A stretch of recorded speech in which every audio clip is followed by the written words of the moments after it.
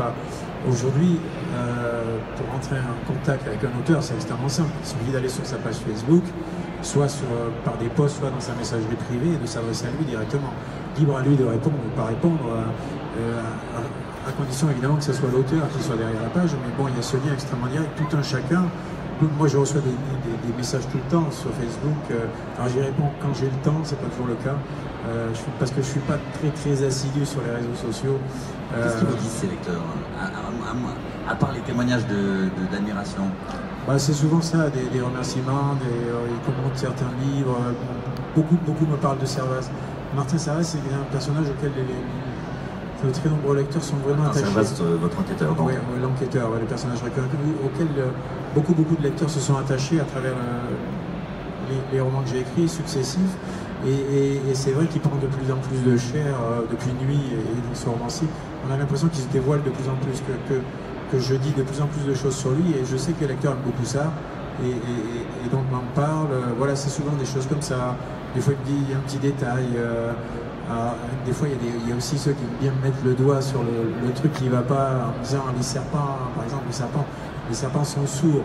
Et en fait, évidemment, je me suis renseigné sur le sujet, pensez bien, donc je leur réponds, mais attendez, déjà faites grâce à l'auteur d'avoir fait quelques efforts de documentation à écrire le livre, et donc il y a des échanges comme ça, puis il y a des lecteurs fidèles qui aiment bien revenir à chaque livre ou échanger de temps en temps. C'est compliqué parce que je reçois énormément de messages et je ne peux pas répondre à tout le monde tout le temps. Surtout que moi, comme je l'ai dit, les réseaux sociaux, je suis encore de la vieille école, donc je suis un peu comme Servaz. Je suis un peu old school. Les réseaux sociaux, c'est pas quelque chose de très naturel en ce qui me concerne. Je m'y astreins, bien sûr. Je préfère de beaucoup le contact direct avec le lecteur dans les salons, dans les festivals, où là, il y a un contact physique, il y a une voix, il y a un visage. Je préfère de loin ça. Mais néanmoins, je le fais, je me prête au jeu. Aujourd'hui, on ne peut pas en faire l'économie. Hein, et puis, c'est toujours intéressant d'avoir aussi le retour des lecteurs. Mais j'insiste, quand j'écris un livre, je ne tiens compte de personne, sauf de mon envie, de mon désir et de mes idées. C'est la seule chose qui compte. On a évoqué beaucoup de choses. Sur encore cet attachement à Servaz, sur le vôtre d'attachement à lui, est-ce qu'il est envisageable qu'un jour vous en affranchissiez totalement? Tout est envisageable. Je n'exclus rien. En même temps, j'ai rien prévu. J'ai pas un plan de carrière 4 ou 5 romans à l'avance. Non, je sais bien, mais vous avez peut-être des projets très immédiats. Oui, j'ai des petites idées. Juste, c'est déjà ce que je vais écrire dans le prochain roman, parce que je suis en train d'y travailler. Mais il y a quoi, une semaine ou 10 jours, parce qu'en ce moment, je suis en pleine promotion, donc je tourne beaucoup. La semaine dernière, j'étais à Lille, à Bruxelles, à Toulouse, à Bordeaux. Bientôt, je suis à Saint-Laurent-du-Var à la fin de la semaine. Il y a un lecteur qui est venu me voir et qui me dit est-ce qu'un jour Hirtman va tuer Servaz? Et là je me suis dit tiens, en voilà une idée intéressante, pourquoi pas, qui sait? Donc voilà, mais c'est le genre de questions auxquelles je ne réponds qu'en présence de mon avocat. Absolument, vous avez raison. Est-ce que vous parlez de promotion, comment j'aime bien entrer dans la fabrique de l'écriture, comment est-ce que vous écrivez, à quelle fréquence? Est-ce que vous pouvez écrire comme ça en étant en promo, ou il faut vraiment quelque chose à la Tour d'Ivoire, mais non? Ah non, oui, mais la Tour d'Ivoire, elle est importante. C'est encore une autre question par rapport aux réseaux sociaux. Est-ce qu'un auteur doit sans arrêt descendre dans l'arène, dans l'agora, ou est-ce qu'il doit un peu s'extraire et un peu rester dans sa Tour d'Ivoire pour écrire? Moi, quand je suis en promo comme ça, que je suis incapable d'écrire à l'hôtel, par exemple, ou dans un train, ou dans un avion, je ne sais pas faire ça. Là, je suis en promo et je ne fais que ça. En revanche, je vais rentrer chez moi d'ici peu. La promo va se terminer, ou du moins va se distancier un peu. Il y aura un peu moins de dates à partir de mai, quoi, qu'il y en a aujourd'hui. Et là, je vais me remettre à l'écriture, mais je suis quelqu'un de très discipliné. Il faut dire que je suis arrivé quand même, je suis devenu auteur de roman policier sur le tard. Donc j'ai eu une vie professionnelle très longue avant celle-là. On peut raconter un tout petit peu ça, c'est intéressant. J'étais dans l'administration des douanes, voilà. Ça n'a rien à voir, donc c'est ça qui est amusant. Donc, et du jour au lendemain, je me suis retrouvé auteur, donc ça a été un changement assez radical. Surtout auteur à plein temps et avec suffisamment de lecteurs pour vivre de ma plume, donc ça a vraiment été ça a été très brutal parce que c'est arrivé très vite. Mais j'ai gardé quelque chose de ma vie professionnelle d'avant, c'est la discipline. Moi je travaille 7 jours sur 7, je me lève le matin, j'allume ma cafetière, mon ordinateur, et à 7h30, 8h, je suis devant mon clavier en train de travailler, et tous les matins c'est la même chose, et je m'arrête toujours au milieu de l'après-midi ou en fin d'après-midi, je travaille jamais la nuit ni le soir, Donc c'est quand même très carré. C'est vrai que vu de l'extérieur, l'activité d'écrire... Alors après, on est tous différents. Chaque auteur a une méthode, chaque auteur est différent. Il y a ceux qui écrivent la nuit, ceux qui écrivent le jour. Mais c'est vrai que vu de l'extérieur, l'écriture est une activité tellement fascinante. Vu de l'intérieur, c'est sans doute moins sexy qu'il n'y paraît. C'est aussi beaucoup de routine et beaucoup de discipline. Et il faut être discipliné parce qu'effectivement, le plus grand ennemi de l'auteur, c'est la procrastination. On est seul chez soi, on peut toujours se dire, ah ben tiens, je vais regarder un match de tennis ou je vais... Non, mais déjà, j'adore faire ce que je fais. Je m'ennuie rarement en écrivant, heureusement. J'allais vous poser la question, effectivement, surtout quand on écrit des polars, tous les jours, l'envie de chercher des trouvailles doit être quand même un amusement, ça. Ben, oui, alors il y a cette difficulté-là pour un roman comme Sœur, où j'avais vraiment scène par scène tout ce qui allait se passer. Ça va toujours été le cas. Et les romans, je me suis un peu plus laissé divaguer. Ouais. Un plan, ouais. Oui, là non, j'avais vraiment scène par scène, je savais exactement, parce que c'est quand même une mécanique de précision. Mais il faut néanmoins, quand on se lève le matin, on a envie d'inventer, on a envie de créer, on a envie de se surprendre, sinon ça devient ennuyeux. Donc c'est dans les détails que ça se passe. On est tout le temps en train d'inventer. Nabokov disait un livre est d'abord fait de détails. Et c'est vrai, c'est dans les détails qu'on est tout le temps en train d'inventer, d'enrichir, parce que moi j'ai envie de m'amuser en écrivant. J'ai pas envie de... Voilà, j'ai été pendant 25 ans dans l'administration, je ne dis pas que j'aimais pas mon métier, mais voilà, je ne sais pas pour y retourner. Donc j'ai envie de m'amuser, j'ai envie de me surprendre, et on invente tout le temps. Donc effectivement, il y a un canevas, il y a un cadre, il y a des scènes, je sais ce qui va se passer, mais à chaque fois, il y a des petites choses en plus que je rajoute jour après jour et qui font que je ne m'ennuie pas, quoi, que je m'amuse vraiment à faire ça. Toutes ces années dans l'administration pour ensuite arriver à l'écriture, c'est quand même assez fascinant pour qu'on en parle encore un peu. Vous étiez un énorme lecteur, enfin, je veux dire, on ne peut pas écrire aussi bien sans être... Vous n'êtes pas réveillé un matin en disant allez, un polar. Non, bah, de toute façon j'étais un gros lecteur et j'étais aussi un graphomane. Moi, depuis que je suis en âge d'écrire, j'ai toujours écrit. Je veux dire, quand j'avais 10 ans, dans le sud-ouest de la France, il y avait une maison d'édition qui s'appelait Marabout, qui distribuait les aventures de Bob Moran. Et tous les gamins du quartier lisaient Bob Moran. On avait plein d'armoires. En plus, il y avait des dizaines et des dizaines de titres. Donc c'était la vallée des brontosaures, le cratère des immortels, puis il y avait un immense méchant qui était Monsieur Ming, alias l'ombre jaune. Et donc, dès que j'ai commencé à lire Bob Moran, je me suis mis à écrire mes propres histoires de Bob Moran. Je m'emparais les personnages des autres et je les faisais bien. Et ça a continué comme ça. Quand j'avais 14-15 ans, je suis un garçon, donc je lisais de la SF. Je lisais Philippe Cadic, je lisais Harlan Ellison, je lisais Norman Spinrad, Asimov. Et donc, je me suis mis à écrire de la SF aussi. J'ai toujours écrit. Ce qui est plus surprenant, c'est que je ne proposais rien à la publication. J'ai décidé de publier sur le tard avec Glacé, finalement. C'est vrai. Alors, Glacé est le premier livre envoyé à un éditeur. Alors, ouais, presque. J'en ai envoyé un 10 ans avant, mais qui devait être publié, mais ça ne s'est pas fait pour des raisons qui seraient trop longues d'expliquer ici. Il y a eu un événement un certain 11 septembre, et ça parlait de ça, plus ou moins. Donc, le livre n'est jamais sorti. Mais sinon, oui, Glacé est vraiment le premier manuscrit terminé, achevé, que j'envoie par la poste avec 6 € de timbre à quelques maisons d'édition. Quelques refus quand même avant le... Non. Aucun. Non. Vous avez pu choisir entre... Ouais. Non, mais c'est vrai, je sais, j'en parle avec mes confrères.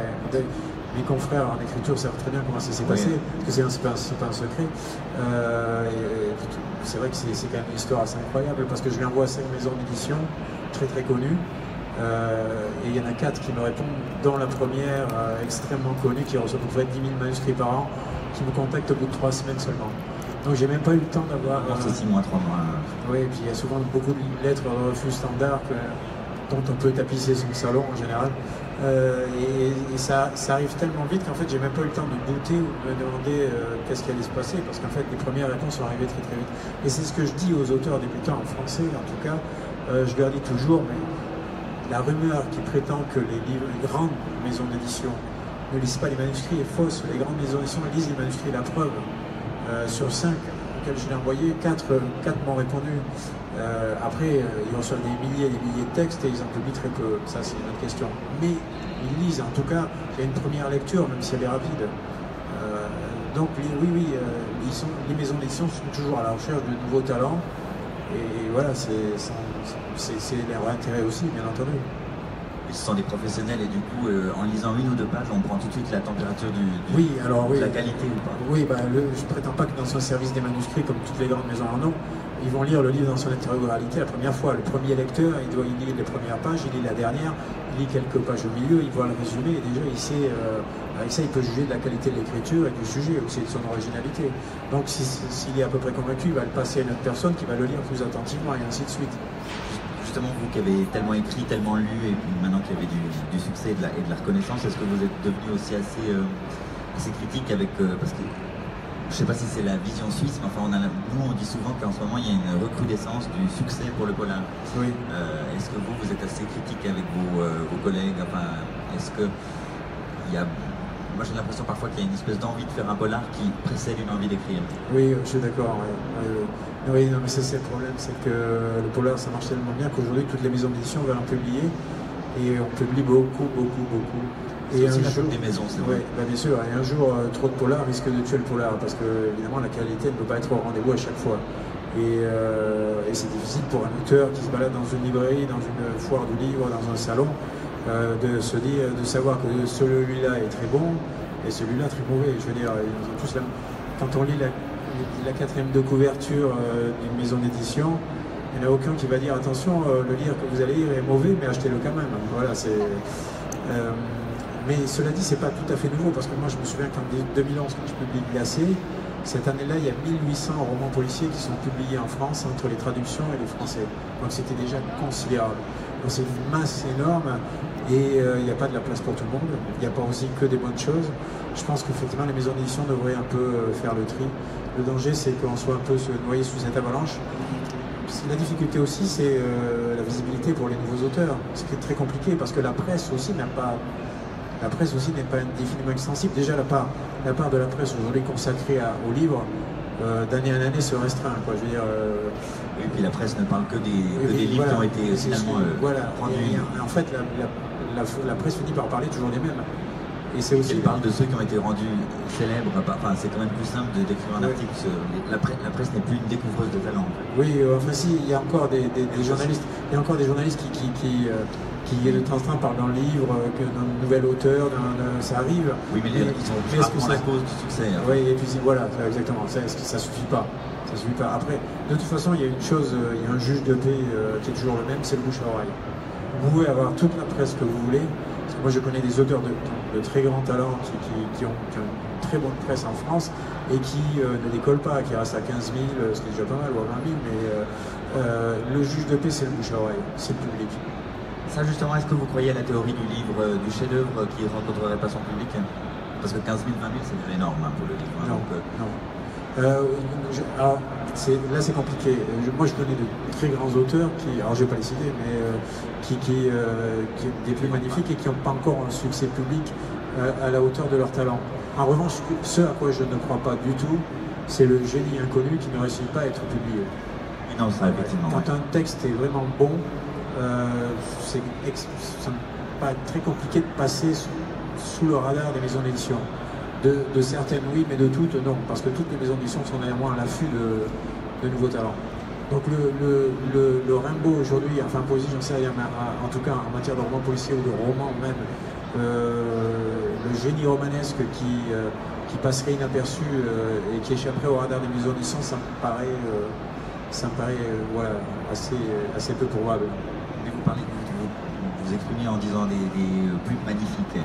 Il y a quand même plusieurs facteurs, bon, évidemment comme toujours, mais dans le polar, il y a le fait d'avoir une belle écriture n'est pas toujours, n'est pas non plus ce qui est le plus important. Il faut aussi avoir un sens de la scène, un sens de l'enquête. Enfin, il y a quand même peut-être évidemment en littérature blanche, chez Gallimard, avoir une écriture sublime peut suffire peut-être à un succès ou une reconnaissance. Là, il y a quand même quelque chose qui est encore plus difficile.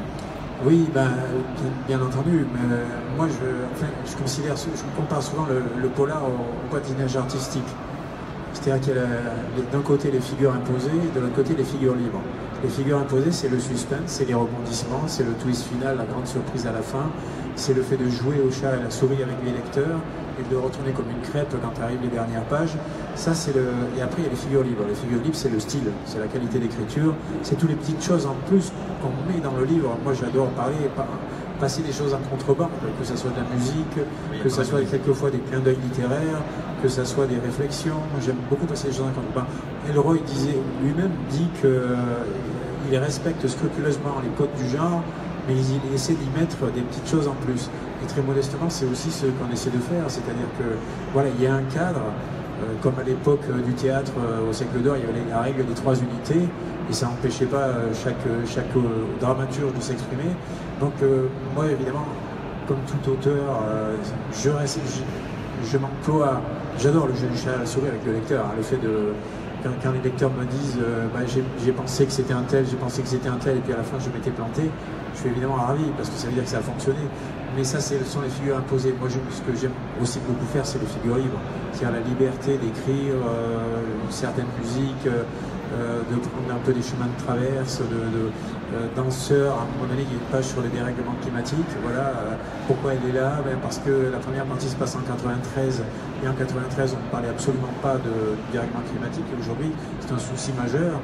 Donc, comme ça se passe sur deux époques, il y a cette comparaison entre deux. Il y a des pages aussi, comme ça, des petites choses que je passe en contrebande, parce que c'est aussi ça qui fait la richesse du roman. Musique, oui, et puis il y a plein de petites choses qui font la richesse d'un roman. C'est parce que je veux non seulement te raconter une histoire, et prendre mon lecteur par le col et lui plonger la tête la première, parce que l'immersion c'est extrêmement important, mais je veux aussi qu'il la vie un peu court à travers les pages. Servaz, c'est pas uniquement un flic, c'est aussi un homme, et c'est un type qui est des fois malheureux, qui a des enfants élevés, et voilà, et je veux qu'il y ait ce lien profond entre le lecteur et le personnage, que le personnage ne lui soit pas totalement étranger. C'est pas uniquement une créature de fiction. Effectivement, ça semble très important que le personnage de Martin Servaz soit de chair. Il y a effectivement beaucoup d'incursions dans sa vie personnelle. Oui, il y en a pas mal, oui. J'essaie de faire en sorte souvent que ça soit lié à l'intrigue. Souvent contaminé par l'enquête. Oui, c'est souvent, c'est lié à l'intrigue, mais bien sûr, parce que je le conçois pas autrement. Et je trouve, et la plus belle des récompenses, c'est les lecteurs qui me la font quand ils viennent me voir en me disant que Servaz, pour eux, c'est quelqu'un qu'ils ont l'impression de connaître, qui pourrait faire partie de leur famille, être un proche, un ami, et qui pourrait croiser au coin de la rue. C'est pas un personnage dont on se dit non, je le croiserai jamais. C'est pas un flingueur, c'est pas le cliché du flic alcoolique, il n'est pas bigger than life. Servaz, bon, évidemment, c'est aussi un personnage qui a quand même qui a aussi quand même des particularités. Il passe son temps à écouter la musique de Gustav Mahler, c'est quand même quelqu'un de très lettré, de très cultivé. Il a un pied dans le XXe siècle et un pied dans le XXIe. Il a beaucoup de mal avec la société telle qu'elle est aujourd'hui. Mais en même temps, c'est quelqu'un qu'on pourrait très bien côtoyer. Et c'est ça qui est important. Et je pense que c'est pour ça que les lecteurs lui sont aussi attachés. C'est intéressant justement qu'on le voit à ses débuts en fait dans la police. Donc effectivement, il a fait des lettres et évidemment c'est la tête à claque de ses supérieurs parce qu'il a des raisonnements et puis il a une certaine façon un peu artistique d'être policier. Oui, il était étudiant il n'y a pas longtemps, il se rêvait écrivain. C'est une période qu'on a déjà abordée dans le cercle et sur laquelle là je reviens effectivement. Il s'est rêvé à une époque, il s'est rêvé écrivain, il suivait des études de lettres et puis du jour au lendemain il rentre dans la police et donc il est dans la première partie en tout cas il n'est pas tout à fait encore policier, il a encore des réflexes d'étudiant, des réflexes d'avant. Il n'est pas chef de groupe non plus comme on le connaît puisque là il est juste un des membres du groupe d'enquête. Alors il a effectivement quelques oppositions avec les anciens parce qu'il est aussi pris sous son aile par le chef de groupe, Kowalski, qui décide d'emblée qu'il est doué et donc qui va le pousser et qui va le faire passer un peu avant les autres, ce qui suscite pas mal de jalousie. Donc on découvre un Servaz qui a les cheveux longs, qui est encore un peu tendre, mais dont on devine, dont on pressent déjà qu'il est quand même extrêmement doué pour ce métier-là. Et même si lui, à un moment donné, en doute, tant le métier est différent aussi de ce qu'il attendait. Et puis après, on retrouve le Servaz qu'on connaît en 2018, qui a été, à la fin de nuit, qui a été dégradé de commandant à capitaine suite à qui l'ont lu à tout ce qui se passe dans la nuit. Et voilà, mais là, ce que je voulais, c'était aussi expliquer aux lecteurs un peu, parce que les lecteurs connaissent très bien ce personnage. Ils en parlent très bien, ils le connaissent par cœur. Et je voulais expliquer aussi aux lecteurs pourquoi finalement Servaz est Servaz, pourquoi il est tel qu'il est. Et donc avec cette première partie, on comprend un peu mieux ce qui lui est arrivé avant et ce qui a fait qu'on est arrivé au Servaz d'aujourd'hui. Pour parler encore parce qu'on parlait évidemment de style et aussi d'image forte et de la technique du polar qui doit non pas heurter mais en tout cas frapper. Comment on tombe, pas enceinte, mais enfin comment tombe sur vous l'idée qui est magnifique, comme ça un peu, oui, qui est horrifique, mais qui est effectivement esthétiquement très belle, de cette forêt, de ces deux sœurs attachées, ce sont plus que les cadavres de ces deux sœurs, attachées en robe de communiante comme ça. Moi je me demandais juste comment, d'un coup, est-ce que c'est le produit d'un rêve, enfin c'est un cauchemar? Ben, ça c'est un peu mystérieux, je veux dire, parce qu'en fait je fonctionne beaucoup avec des images. Il y a toujours des images très fortes dans mes livres, certaines scènes sont totalement visuelles. Et cette histoire, ces deux sœurs, déjà c'est le prologue, c'est les deux jeunes filles qui rentrent dans la forêt. On ne sait pas trop ce qu'elles vont. C'est une forêt de la nuit, on ne sait pas trop ce qu'elles vont y trouver. On ne sait pas non plus pourquoi elles s'y rendent. On sent bien qu'elles ont peur aussi malgré tout, mais elles y vont quand même. Elles aiment la peur, hein, elles sont comme vous lecteurs. C'est-à-dire que c'est des adolescentes aussi à ce moment-là. Dans le prologue, elles ont 15 et 16 ans. Après, quand elles sont assassinées, elles ont pas 21 ans. Mais c'est des adolescentes, elles sont à cet âge où quand même la transgression, en particulier la transgression des valeurs parentales, où le besoin de se faire peur, le goût du risque et aussi le besoin d'être aimé et reconnu est très très fort. C'est un peu la lumière qui attire le papillon, on risque de se brûler les ailes. Et donc elles sont à cet âge-là. Mais cette image de ces deux jeunes filles qui rentrent en robe blanche comme ça, diaphane, donc les robes se détachent, c'est le soir, la nuit est en train de tomber, mais comme on est au mois de juin, c'est pas encore complètement la nuit, donc on voit encore ces taches blanches. Cette image comment elle me vient, j'en sais rien. Ça vient tout d'un coup, je me réveille un matin, puis j'ai cette image devant les yeux. C'est soudain, donc ça n'est pas une recherche, enfin, c'est pas un tableau qu'on composeriez comme un peintre? Non, du tout, c'est souvent des images comme ça qui jaillissent, qui surgissent, et à partir de ces images, je construis une histoire. Mais c'est assez mystérieux, même pour moi. C'est un processus que je n'explique pas trop. Est-ce qu'elles viennent davantage depuis que vous avez écrit beaucoup de romans? Est-ce qu'elles viennent plus facilement ou Non, comme je l'ai dit, j'écris depuis que j'ai 10 ans, donc ça m'est toujours venu assez facilement. L'angoisse de la page blanche, c'est pas un souci, c'est plutôt trop d'idées que pas assez. Parce qu'en fait, ça consiste aussi, c'est un métier qui consiste aussi à inventer infiniment plus de matériaux qu'on finit par en utiliser, quoi. On a plein d'idées, on a plein d'images, on a plein de pistes, et on a aussi beaucoup de mauvaises idées. Sauf que les lecteurs les verront jamais, les mauvaises idées. Ils voient que les meilleures. C'est beaucoup de tri, c'est beaucoup de. C'est pas tellement l'angoisse de rester stérile. C'est plutôt la profusion. On est tout le temps en train d'avoir des idées. Moi j'ai des fiches partout, je note des tas de trucs. Alors que je suis un peu désordonné, donc des fois je découvre des fiches beaucoup plus tard. Je me dis tiens, c'était une bonne idée, mais trop tard, le livre est fini. Et puis voilà. C'est honnête ça.